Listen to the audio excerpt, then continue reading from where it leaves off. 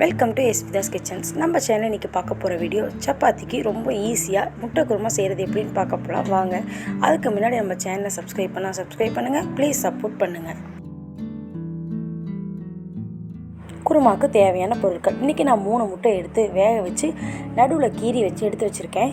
4 பச்சை மிளகா, 5 பல் பூண்டு, 1 துண்டு இஞ்சி, கொஞ்சம் போல் புதினா, 2 டீஸ்பூன் பொட்டுக்கடலை, 1 பட்டை, 1 கிராம்பு, 1 ஏலக்காய், 1 பெரிய வெங்காயம், 2 தக்காளி, அரை மூடி துருவின தேங்காய்.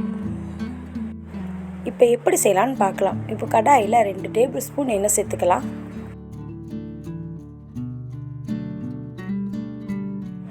எண்ணெய் நல்லா சூடானதுக்கப்புறம் 1 பட்டை, 1 ஏலக்காய், 1 கிராம்பு, இதை 1 நிமிஷம் நல்லா வறுத்து விட்டுக்கலாம்.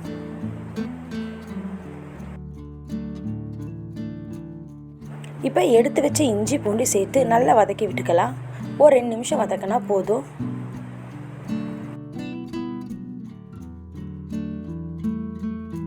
இஞ்சி பூண்டு நல்லா வதங்கிருச்சு. இப்போ எடுத்து வச்ச பச்சை மிளகாவை சேர்த்து அதுவும் ஒரு 2 நிமிஷம் நல்லா வதக்கிக்கலாம். பச்சை மிளகா வதங்கினதுக்கப்புறம் புதினா தலையை போட்டு நல்லா வதக்கிக்கலாம். புதினாவை சேர்த்துனோடனே நம்ம துருவி வச்ச 1 மூடி தேங்காவை சேர்த்து நல்லா வதக்கி விட்டுக்கலாம். ஒரு 5 நிமிஷம் நல்லா செவக்க வறுத்து எடுத்துக்கலாம். தேங்காய் நல்லா வதக்கினதுக்கப்புறம் 2 டேபிள் ஸ்பூன் பொட்டுக்கடலை சேர்த்து ஒரு 5 நிமிஷம் வதக்கி அடுப்பு ஆஃப் பண்ணி ஆற விட்டுக்கலாம். பாருங்க, நல்லா ஆறிடுச்சு. இதை ஒரு மிக்ஸி ஜாருக்கு மாற்றி கொஞ்சம் போல் தண்ணி சேர்த்து நல்லா பேஸ்டாட்ட அரைச்சி எடுத்துக்கலாம்.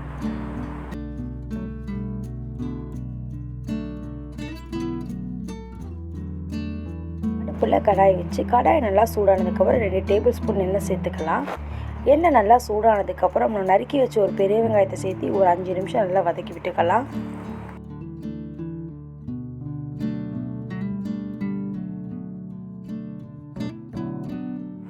வெங்காயம் நல்லா வதங்கினதுக்கப்புறம் கட் பண்ணி வச்ச 2 தக்காளி சேர்த்துக்கலாம். தக்காளி வெங்காயம் நல்லா மசீரக்காக கொஞ்சம் போல் உப்பு சேர்த்துக்கலாம்.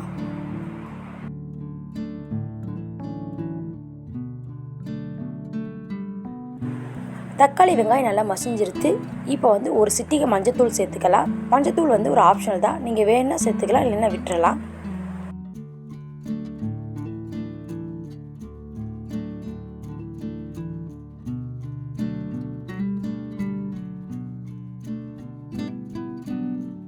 வெங்காயம் தக்காளி நல்லா வதங்கி சுருண்டு வந்துருச்சுங்க. இப்போ அந்த அரைச்சி வச்ச பேஸ்ட்டை சேர்த்துக்கலாம். நான் இன்றைக்கி 3லேருந்து 4 பேத்துக்கு தேவையான குருமா செய்கிறேங்க. அதனால 1 லிட்டர் தண்ணி சேர்த்துருக்கேன்.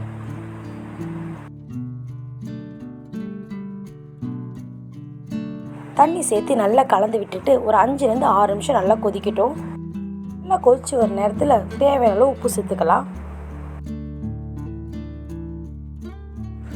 உப்பு சேர்த்து நல்லா கலந்து விட்டதுக்கப்புறம் நம்ம வேக வச்ச முட்டையை சேர்த்து ஒரு 2 நிமிஷம் நல்லா கொதிச்சா போதும். அடுப்பு ஆஃப் பண்ணிடலாம். கொஞ்சம் வாசனைக்காக கொத்தமல்லி இலையை தூவிக்கலாம். அவ்வளோதாங்க, சுவையான சப்பாத்தி முட்டை குருமா ரெடி. புதுசாக சமைக்கிறவங்க கூட இது ஈஸியாக சமைச்சிடலாங்க. நீங்களும் உங்கள் வீட்டில் ட்ரை பண்ணி பாருங்கள். எப்படி இருந்துச்சுன்னு கமெண்ட் பண்ணுங்கள். அப்படியே நம்ம சேனலை சப்ஸ்கிரைப் பண்ணுங்கள். ப்ளீஸ் சப்போர்ட் பண்ணுங்கள். தேங்க்யூ.